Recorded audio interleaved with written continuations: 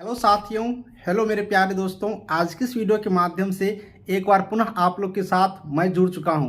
दोस्तों, इस वीडियो में बात करेंगे फार्मासिस्ट वैकेंसी को लेकर के। अभी वीटीएससी के माध्यम से एक नोटिस जारी किया गया है, शॉर्ट नोटिस जारी किया गया है पेपर के माध्यम से। आप सारे कैंडिडेट मेरे चैनल के माध्यम से भी देखे होंगे कि वीटीएससी के अंतर्गत 1539 पोस्टों के लिए जो फार्मासिस्ट की वैकेंसी है उनको पुनः लाया गया है। और इसके लिए ऑनलाइन अप्लाई करने की जो प्रक्रिया है वो आपको 5 अप्रैल से शुरू होने वाली है। यानी आज हो गया 2 अप्रैल, 2-3 दिन के बाद आपको 5 अप्रैल से शुरू हो जाएगा। दोस्तों, जैसे कि सबको मालूम ही होगा, बीटीएससी के अंतर्गत अभी तक में जितनी भी वैकेंसी आई सारे मार्क स्कीम होते हैं। डायरेक्ट आपकी जो यहाँ पर शैक्षणिक मार्क है उसके आधार पर मेरिट लिस्ट तैयार किए जाते हैं। अब ये जो मार्क स्कीम पर आपको बहाली होना है, इसीलिए सारे कैंडिडेट को फॉर्म भरने में अच्छी तरीके से सावधानी बरतनी होगी, क्योंकि आप जो डिटेल्स डिपार्टमेंट को दीजिएगा, फॉर्म जो भरिएगा उसके अकॉर्डिंग ही सारे प्रोसेस होंगे आगे का, क्योंकि एग्जाम तो है नहीं। इसीलिए फॉर्म भरने से पहले मैं अभी से ही सबको सतर्क कर रहा हूँ, सावधान कर रहा हूँ कि किन किन चीज़ों पर ज़्यादातर ध्यान देना है और किन किन चीज़ों को ध्यान से भरना है, जिससे आपको ना तो काउंसलिंग में दिक्कत हो ना मेरिट लिस्ट में दिक्कत हो। क्योंकि बहुत सारे कैंडिडेट हैं जो गलतियां कर देती हैं और बाद में सुधारने के लिए यहाँ पर सोचते रहते हैं, लेकिन सुधारने का मौका नहीं दिया जाता है। साथियों, फार्मासिस्ट की वैकेंसी 5 अप्रैल से जैसे फॉर्म अप्लाई होना शुरू होगा, आप लोग तुरंत अप्लाई मत करिएगा। मैं बार बार इस बात को जानकारी दे रहा हूँ। 5 अप्रैल को छोड़ करके 2-3 दिन वेट कर लीजिएगा, फिर फॉर्म को अप्लाई करिएगा, क्योंकि साइट वगैरह थोड़ा सा बिजी रहते हैं, जिसके कारण हो सकता है कि आपको एरर आ जाए। इसीलिए मैं आपको ये चीज़ बताया हूँ।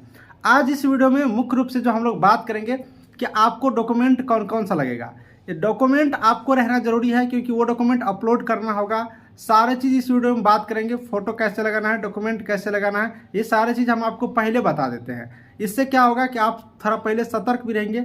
वैसे भी 2-3 दिन के बाद डिटेल्स नोटिफिकेशन आपको वेबसाइट पर मिल जाएगा, तो आप वहां से भी चेक कर पाएंगे और अच्छी तरीके से मैच करके देख लीजिएगा। मैं जो बता रहा हूं वो भी डॉक्यूमेंट और पहले और डिपार्टमेंट के द्वारा जो डिटेल्स नोटिफिकेशन आएंगे उसमें का भी डॉक्यूमेंट लगभग सेम आपको मिल जाएंगे। इसलिए पहले से हम लोग सतर्क हो जाते हैं, पहले से हम लोग अपना डॉक्यूमेंट के रिगार्डिंग डॉक्यूमेंट को लेकर के सतर्क हो जाते हैं और डॉक्यूमेंट अपना इकट्ठा करके रख लेते हैं। जैसे फॉर्म आएगा अप्लाई करेंगे। तो चलिए हम आपको वीडियो को आगे बढ़ाते हैं और दिखाते हैं डॉक्यूमेंट की प्रोसेस कि कौन कौन सा डॉक्यूमेंट लगने वाला है। आ चुके हैं स्क्रीन पर और यहाँ से आपको हम टोटल डॉक्यूमेंट का लिस्ट आपको दिखा देते हैं। बीटीएससी फार्मासिस्ट फॉर्म के लिए कौन कौन सा डॉक्यूमेंट आपको जरूरी पड़ेंगे वो सारा डॉक्यूमेंट आप लोग यहाँ से देख सकते हैं। सबसे पहले आपको 10th का मार्कशीट आपके पास होना चाहिए। 10वीं क्लास सारे कैंडिडेट पास होंगे, इसलिए इसका मार्कशीट आपके पास होना जरूरी है, ओरिजिनल। उसके बाद दोस्तों दूसरा नंबर डॉक्यूमेंट की बात करेंगे तो 10th क्लास का सर्टिफिकेट, जिसे हम लोग मूल प्रमाण पत्र कहते हैं, सर्टिफिकेट कहते हैं, ये रहना आपको जरूरी है। अब चूंकि आपकी जन्म तिथि का सर्टिफाइड जन्म तिथि का जो यहाँ पर प्रूफ है वो आपके 10th का मूल प्रमाण पत्र सर्टिफिकेट ही होते हैं, इसीलिए 10th का सर्टिफिकेट होना जरूरी है। उसके बाद दोस्तों आप लोग 12th जरूर पास आउट किए होंगे, तो 12th के बाद आपका 12th का मार्कशीट होना जरूरी है और सेम 12th का सर्टिफिकेट होना जरूरी है। अगर आपने 12th का सर्टिफिकेट अपने कॉलेज से नहीं निकाल पाए हैं तो कॉलेज से जाकर के ले आइए अपना सर्टिफिकेट, इसका भी जरूरत पड़ सकता है। दोस्तों आगे बात करते हैं। मेन है फार्मासिस्ट की वैकेंसी है, तो डिप्लोमा वाले को पहले मौका दिया गया है। तो बेसिक क्वालिफिकेशन इसका डिप्लोमा ही है। आपको हाईकोर्ट का जजमेंट भी दिखाए थे।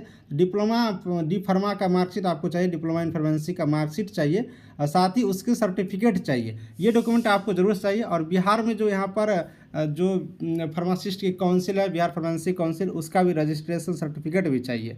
साथ ही दोस्तों यहाँ पर अगर बी फार्मा किए हैं तो उसका भी मार्कशीट चाहिए और उनका भी सर्टिफिकेट चाहिए। किए हैं तो, अगर नहीं किए हैं बी फार्मा तो कोई बात ही नहीं है। सेम दोस्तों एम फार्मा अगर आपके किए हैं, एम फार्मा का अपने कंप्लीट किए हैं ये कोर्स डिग्री, तो एम फार्मा का भी सर्टिफिकेट और मार्कशीट बिल्कुल से यहाँ से चाहिए। अगर आपने नहीं किया है तो कोई ज़रूरत नहीं पड़ेगा।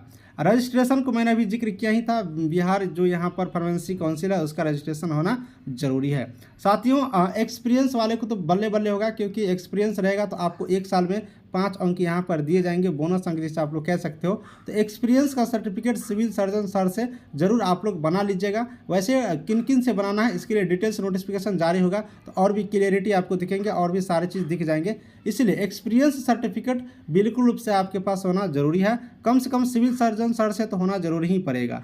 उसके बाद दोस्तों यहाँ से ध्यान दीजिएगा, जाति प्रमाण पत्र बहुत ही ज़्यादा लोग गलतियाँ कर देती है, इसलिए मैं आपको सतर्क कर रहा हूँ। कास्ट सर्टिफिकेट, देखिए जाति प्रमाण पत्र जो कैंडिडेट एससी कैटेगरी के अंतर्गत आते होंगे और एसटी, अनुसूचित जाति अनुसूचित जनजाति के अंतर्गत जो कैंडिडेट जो छात्र छात्राएं आते होंगे उन्हीं को कास्ट सर्टिफिकेट जाति प्रमाण पत्र यहाँ से लगेगा। अब यहाँ से एक बात और क्लियर करूँगा, जो महिला कैंडिडेट है, जो महिला यानी कि जो महिला कैंडिडेट है उनके पिता के नाम से यहाँ पर जाति प्रमाण पत्र होना चाहिए, पिता के नाम से। ऐसा मैं इसलिए कह रहा हूँ कि जो शादीशुदा महिला होते हैं वो हस्बैंड के नाम से बना लेते हैं, जो कि गलत हो जाता है। पिता के नाम से, फादर के नाम से बनाना है, आपके फादर जी के एड्रेस पर, उसी के नाम से, उसी के पता पर आपको जाति प्रमाण पत्र होना जरूरी है एससी एसटी कैंडिडेट के लिए, ठीक है। रेसिडेंशियल सर्टिफिकेट सभी को बनाना पड़ेगा, जो बिहार राज्य के निवासी है उन सभी को रेसिडेंशियल सर्टिफिकेट बनाना जरूरी है। अब एनसीएल है, देखिए नॉन क्रीमिलियर रहित यानी कि क्रीमिलियर रहित प्रमाण पत्र एनसीएल सर्टिफिकेट जिसे आप लोग कहते हैं, ये ईबीसी कैटेगरी के और जो यहाँ पर बीसी होगा, ओबीसी इसको मत पढ़िएगा, बीसी होता है, बीसी और ईबीसी कैटेगरी के जो कैंडिडेट हैं उनको यहाँ पर एनसीएल सर्टिफिकेट बनाना जरूरी है। सेम चीज़ जो महिला कैंडिडेट हैं उनको पिता के नाम से यहाँ पर जरूरी है, ठीक है। तो एनसीएल सर्टिफिकेट जो महिलाएं हैं वो जरूर पिता के नाम से बनाइएगा। जो अनमैरिड महिला है वो तो पिता के नाम से बनाएंगे ही, उनको कहने की जरूरत नहीं है। अब जो यहाँ पर फ्रीडम फाइटर का लाभ उठाना चाहेंगे तो फ्रीडम फाइटर वाले मेरे प्यारे दोस्तों, मेरे प्यारे भाई, आपको भी यहाँ पर बना लेना पड़ेगा। और आधार कार्ड तो सबके पास होगा, तो इसमें क्या बोलें, आधार कार्ड होना चाहिए। देखिए फ़ोटो मैं 8 पीस लिख चुका हूँ, लेकिन आप फ़ोटो रखे रहिएगा।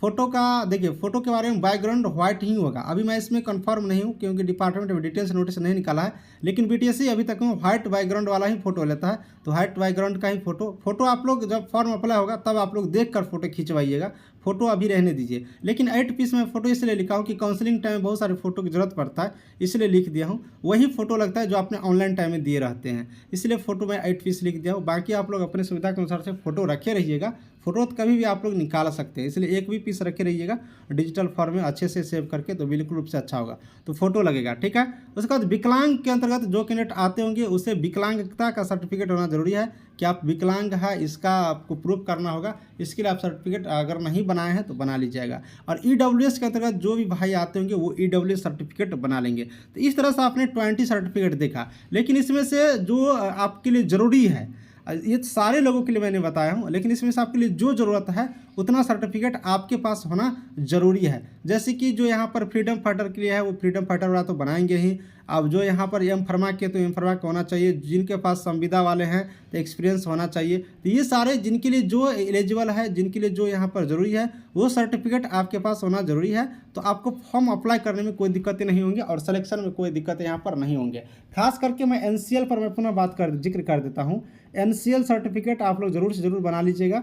और आप लोग बिल्कुल रूप से साथ ही सीएस सर से आप लोग अपना एक्सपीरियंस बनवा लीजिएगा, तो आपको कोई दिक्कत यहाँ पर नहीं होंगे। चलिए वीडियो को और आगे करते हैं और आगे जानकारी प्राप्त करते हैं। तो साथियों, आपने यहाँ पर डॉक्यूमेंट का सारा लिस्ट देख लिया। वीडियो में आपने पूरा देखा कि कितना डॉक्यूमेंट लगने वाला है, कौन कौन से डॉक्यूमेंट किनको लगेंगे, कौन से जाति प्रमाण पत्र, कौन से एनसीएल किनको लगेंगे, सारी डिटेल्स जानकारी देखा। साथियों, फार्मासिस्ट से रिलेटेड सारी जानकारी, सारे अपडेट हम आपको इस चैनल के माध्यम से देता रहूँगा। इसलिए बीटीएससी से रिलेटेड हर जानकारी के लिए प्लीज़ अपने भाई मैं हूं चंदन, इसका चैनल आप सब्सक्राइब करिएगा, सपोर्ट करिए हमें सब्सक्राइब करके, जिससे कि हम आपके लिए भी नए नए वीडियो बनाएंगे ना तो आपके पास पहुंचेगा। हाँ, स्वास्थ्य विभाग से रिलेटेड हर एक जानकारी इसी चैनल पर सबसे पहले दिया जाता है। इसीलिए आप लोग अभी से लेकर के अंत तक मैं आपको हर एक पॉइंट, हर एक चीज़ कवर करता रहूँगा। इसलिए सब्सक्राइब एक बार पुनः कह रहा हूँ, कर लीजिएगा। और चैनल का लिंक डिस्क्रिप्शन में है, टेलीग्राम का लिंक भी डिस्क्रिप्शन में है, उसको ज्वाइन करिए, वहाँ से हमसे बातचीत भी आप लोग कर सकते हैं। चलिए वीडियो को समाप्त करते हैं। कैसा लगा वीडियो वो भी कमेंट करिएगा, किस टॉपिक पर वीडियो चाहिए वो भी बताइएगा। और आपका भाई चंदन नेक्स्ट वीडियो में मिलेंगे एक नई जानकारी के साथ। तब तक के लिए थैंक यू, बाय बाय।